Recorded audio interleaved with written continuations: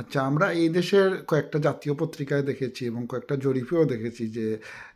যে এবারের যে আপনার 7 মে যে যে ইলেকশন হবে, স্থানীয় নির্বাচন যেটা, এইটাতে দেখা গেছে যে লেবার পার্টির শোচনীয় পরাজয় বা দোষ নামবে বলে আমরা দেখতে পাচ্ছি, এবং পক্ষান্তরে আপনার গ্রিন পার্টি এবং রিফর্ম পার্টি, এই দুই পার্টির উত্থান ঘটার সম্ভাবনা আছে বলে বিভিন্ন নিউজ পেপারে এসেছে। তো আপনার কি মনে হয় জাতীয়ভাবে এই যে ঘটনাটা, এটার কারণ কি বলে মনে করেন? শুধু লেবার আমি বলবো না, লেবার এবং কনজারভেটিভ এদের কিন্তু মূলধারার যে মূলধারা রাজনীতি এবং লিবডেমও সঙ্গে আসে, তিনটা দলই। এদের কিন্তু কিছু এদের যে আপনার ইয়েটা কি বলে জনসমর্থন,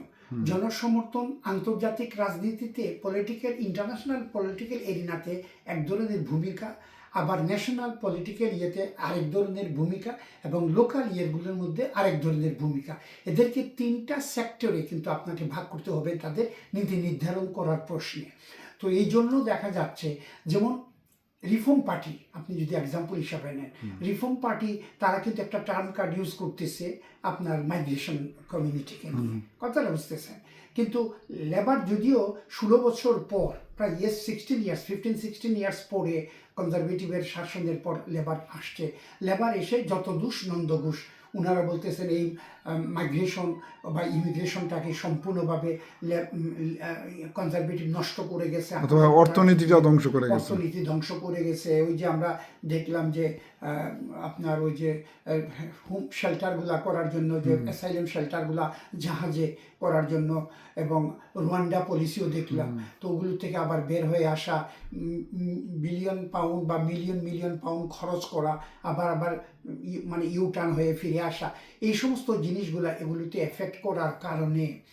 মেইনস্ট্রিম পার্টির চেয়ে, যেহেতু রিফর্ম ইউকে নাইজেল ফারাজের দল আপনার সস্তা কিছু জনপ্রিয় টার্ম কার্ড ইউজ করতেছে মাইগ্রেশন কমিউনিটিকে নিয়ে, কাজেই এক শ্রেণীর ফার রাইটিস্ট লোকগুলো তার দিকে ঝুঁকে যাচ্ছে। অন্যদিকে সোশ্যাল ডেমোক্রেট যে বা যারা, তারা কিন্তু অনেকটা এখন এই লেবারের যে পলিসি এবং কনজারভেটিভের যে পলিসি, ইন্টারন্যাশনাল এরিনাতে এদের যে দ্বৈত ভূমিকা, বিশেষ করে আজকে যে বা যারা একটা গ্রুপ আছে, এরা কিন্তু আপনার আইনটাকে সমভাবে প্রযোজ্য মানে প্রয়োগ করার জন্য, অর্থাৎ ডবল স্ট্যান্ডার্ড নীতি এরা হতে পারে, এরা কিন্তু এরা এটা কোনোভাবে মেনে নিতে পারে না। যার ধরুন আমেরিকা বলেন, ইউরোপ বলেন, সব জায়গায় এখন এই যে গাজার প্রশ্নে, ইসরায়েলের প্রশ্নে, এই যে দ্বিচারিতা, এই যে দ্বিমুখিতা, এটা নিয়ে এদের মধ্যে যথেষ্ট পলিটিক্যাল অ্যাক্টিভিস্ট বলেন, কর্মী বলেন এবং লিডার বলেন নিচের দিকে, এরা সবাই কিন্তু আতঙ্কগ্রস্ত যে একই দেশে বা আন্তর্জাতিক এরিনাতেও বলেন, যেখানে সিগনেটরি আছে প্রতিটা দেশ, এই সমস্ত জিনিসও কেন মানে আন্তর্জাতিক আইনের কেউ তোয়াক্কা করছে না, তোয়াক্কা করতেছে না। এবং এই ইদানিং দেখেন যে ইরান যুদ্ধ নিয়ে যখন সাংবাদিকরা ডোনাল্ড ট্রাম্পকে প্রশ্ন করলো, সে বললো ইন্টারন্যাশনাল ল আবার কি? আমি যেটা বলবো এটাই তো ইন্টারন্যাশনাল ল। তো এখন কিন্তু মাইট ইজ রাইট এই ধরনের তো